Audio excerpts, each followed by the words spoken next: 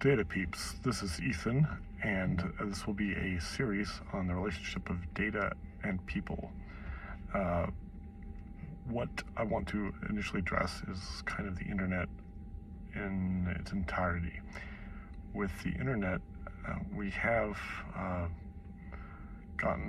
made a lot of progress.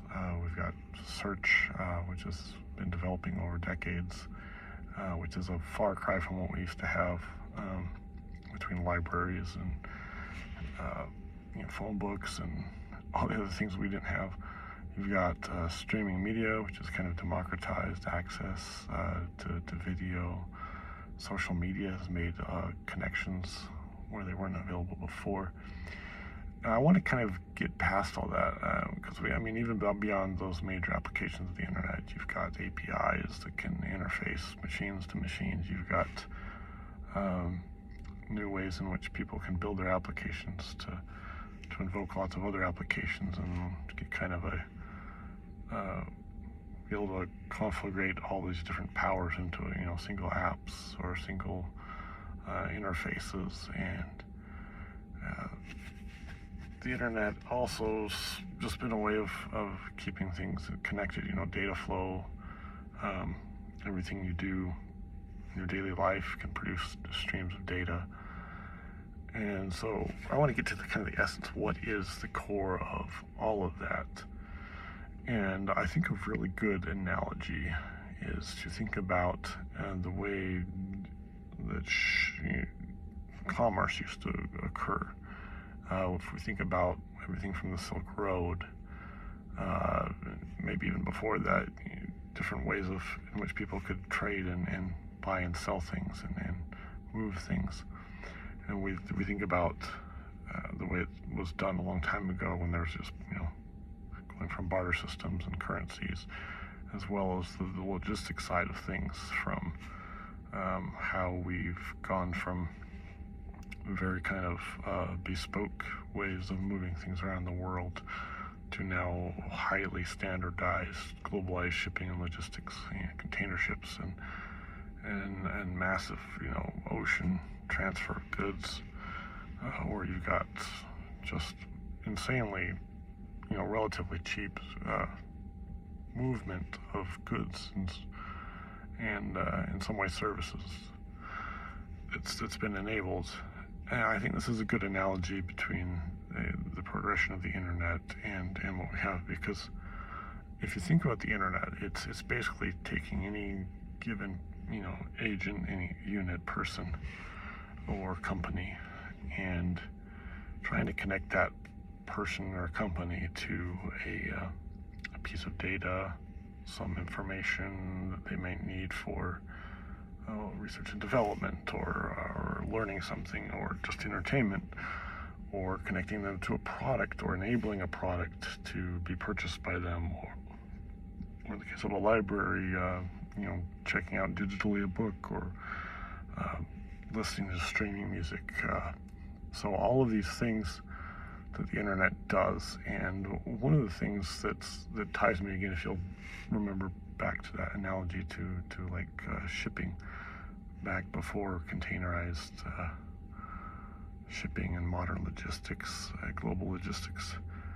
Before all of that, it was very hands-on. You had to have a lot of, especially if you were trying to do anything specialized, you had to be very, took a lot of effort, there's a lot of chance involved. There's a big chance, you could lose what you were sending, what could get lost or damaged, or you'd have to take extensive measures to ensure it was very well protected. Sometimes people would have to accompany the thing all the way across the world to where it was going to make sure it was treated right, that it got through customs. I'm sure, obviously some of that probably still happens today, but for the most part, everything we ship is kind of hands-off. Boats come into port, and cranes start, unloading these standardized Lego-looking blocks, dropping them on trains or trucks, and you're off to the races. It goes, either to a warehouse or wherever. And we're really, when we look at the internet, all the stuff we have, it's very bound to the mediums and the applications, the companies that we're kind of very tightly tied to them, the way, you know, trains are to railroad tracks, or carts getting stuck in grooves. And if we think about what would be the next iteration of that, I mean, we even look at like you've got ChatGPT and LLMs and these amazing advances in artificial intelligence, and they're wonderful in what they've been able to synthesize and what they've been able to bake into their models, and they keep getting, you know, much more massive models and more capabilities. But even with what we've achieved with that, there's very big, hard problems on scrutability. Even if it can, you know, get you references, the how of how it got there, and there's just so many places for things to hide, and it's very, you know, remains very, very opaque. And so I think that's kind of there's kind of two big problems with the present internet, though, being the way it is, being very bound to these extant structures, these kind of locked in ways of consuming and revising, and or within the case of search engines or ChatGPT, or other LLMs, very kind of fixed ways at which we can consume and create based on the things that we have. It brings us to this kind of hard stop where we're very limited in the way that, you know, old shipping was limited, in that, you know, the kind of volumes you can get, the kind of people that can have access to things is quite limited.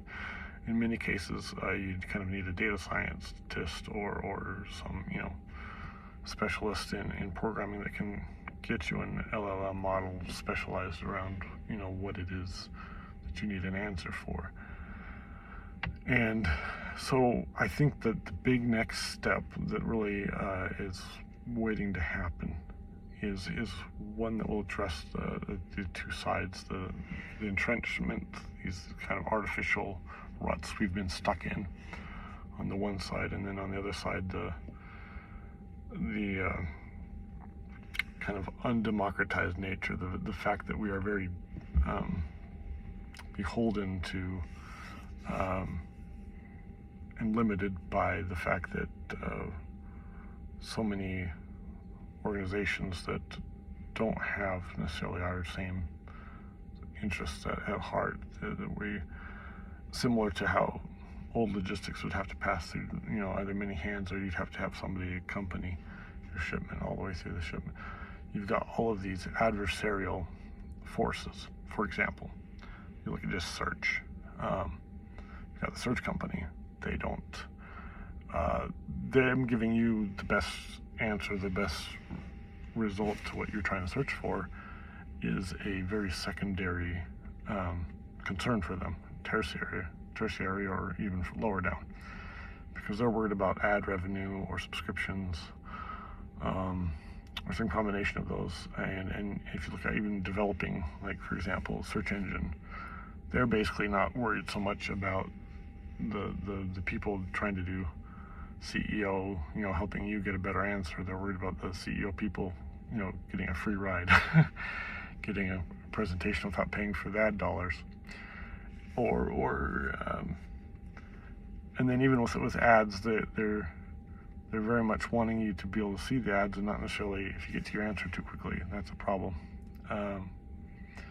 So there's this constant tension between these tools that we have on the internet, and I think a lot of the magic from the internet, I mean, there's clearly magic in what it does. I mean, it's clearly improved our lives in so many ways, and many of the common uses have been, you know, executed very well, and we get a lot of benefit from that. I'm not trying to poo-poo any of that when I say this, but there's a lot to be desired. For example, anybody like myself that's old enough to remember the early days of search knows that, while some things have improved, other things have degraded, and some things have degraded massively. And a lot of it is the fallout of that constant turf war, this kind of what's the term in evolution? This evolutionary arms race between the SEO, the ad purchasers, and the search engine companies.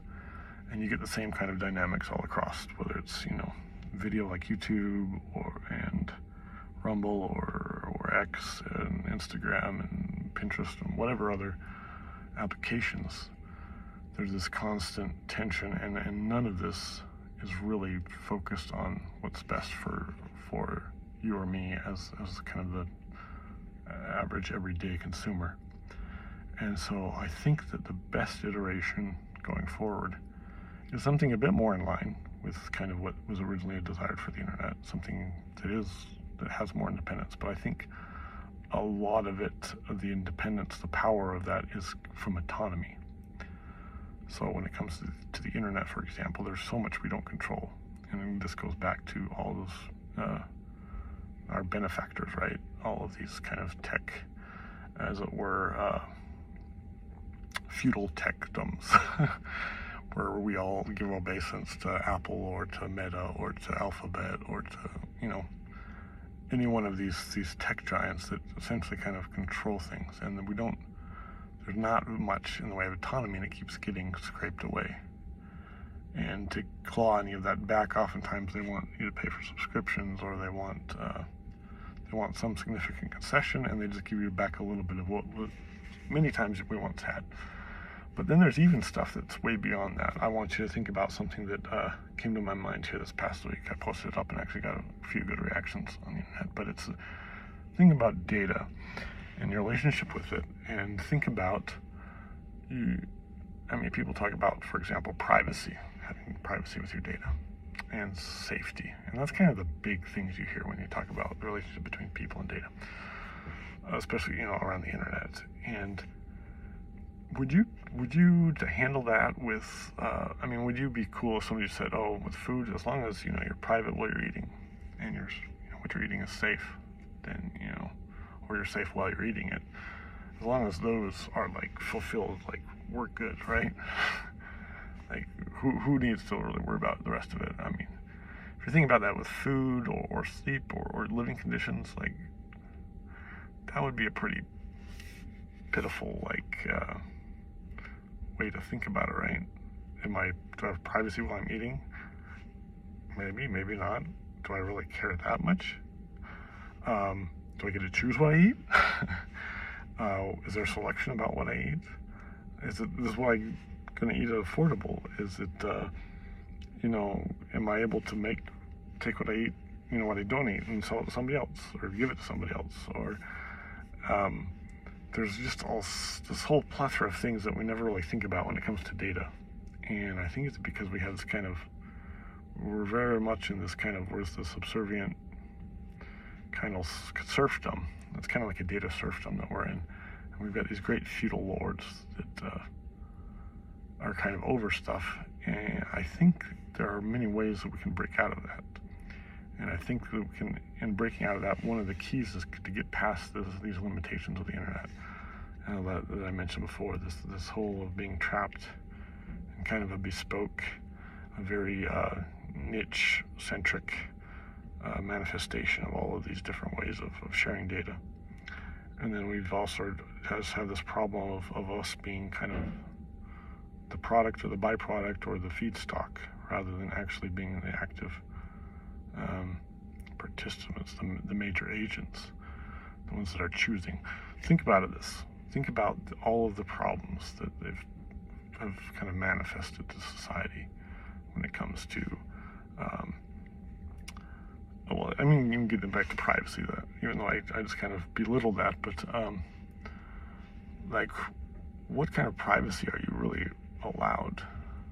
You think about all these different things that you're forced to click and sign just to navigate the internet. Do you feel like, for example, the whole European stuff where they, every website you go to practically, now you have to, accept, the cookies, necessary cookies, or all cookies, or select your cookies, or reject the cookies. And if you reject the cookies, are you really able to use the website? And and they all do this, this legal butt covering. And in the end, is your privacy really, do you feel like your privacy is really respected? as you're using apps or websites or whatever? Do you feel like you have this great protection of your privacy because of all of this supposed legal hygiene? I don't see it myself. But think about this. What if you could choose for all of your data, like, not just like whether or not you shared it or to what degree, you allowed cookies, but what if you could say, like, this particular thing I only want to make available to this kind of consumer. Like, maybe I just want, like individuals to be able to use this, or just, small businesses, or maybe I just want this to be used in a certain way. If everybody could choose that for themselves, that'd be a pretty big thing, right? Or what if instead of you just kind of sacrificing, all of your knowledge, the reviews you give on Google Maps or the commentary, that you give on a video or something. What if all of that was kind of just your own all the time? So you didn't have to worry about censorship or what if you could, even better like this, like what if nobody else chose for you what you could see, but if you saw something you don't like, you could say, the particular provider of that thing, like, I don't want to see that person's stuff ever again. Like, I think that should be something you could do. They should be allowed, it should be like kind of built in. So, or you could say that particular person, I think they're very insightful, and I kind of trust the stuff that they do. And so if they trust something, I want all the stuff that person trusts to come through to me, for me to be able to see that, or that particular person is very insightful, so the stuff that they consume, I would really like, to have it kind of magnified in my feed. And so we get away from this whole thing of this debate around, whether or not these big tech companies should be deciding stuff or not deciding stuff, whether they're editorial or whether they're just, providing a service, or just get rid of that whole question, because really everybody should be able to handle that. And I think one of the bigger things is, what if every person could monetize what they contribute? And not just that, but what if we got past, again, that bespoke nature of stuff where everything was stuck in these very rigid, very kind of inhibitive ways of sharing stuff. Whether video is powerful. I'm not saying it's not, but like, how many times have you watched a YouTube video and been like, the most useful part was like that 30-second blip in the middle of that 15-minute thing? And even if you're listening at double time, right, you have to be paying attention so you catch that. And sometimes you're like, that was totally worth it. And other times you're like, I would have liked being able to just jump to that part. And so this ability for people to synthesize, to be able to take their learnings, for example, and to expound those and share those with others in a way in which they're rewarded. I think this is the future of the internet, and it's actually one I'm trying to build. And as the series goes forward, I hope you will join me in my adventure of both exploring the possibilities as well as the ups and downs of building it. And I hope you've enjoyed this. Thanks.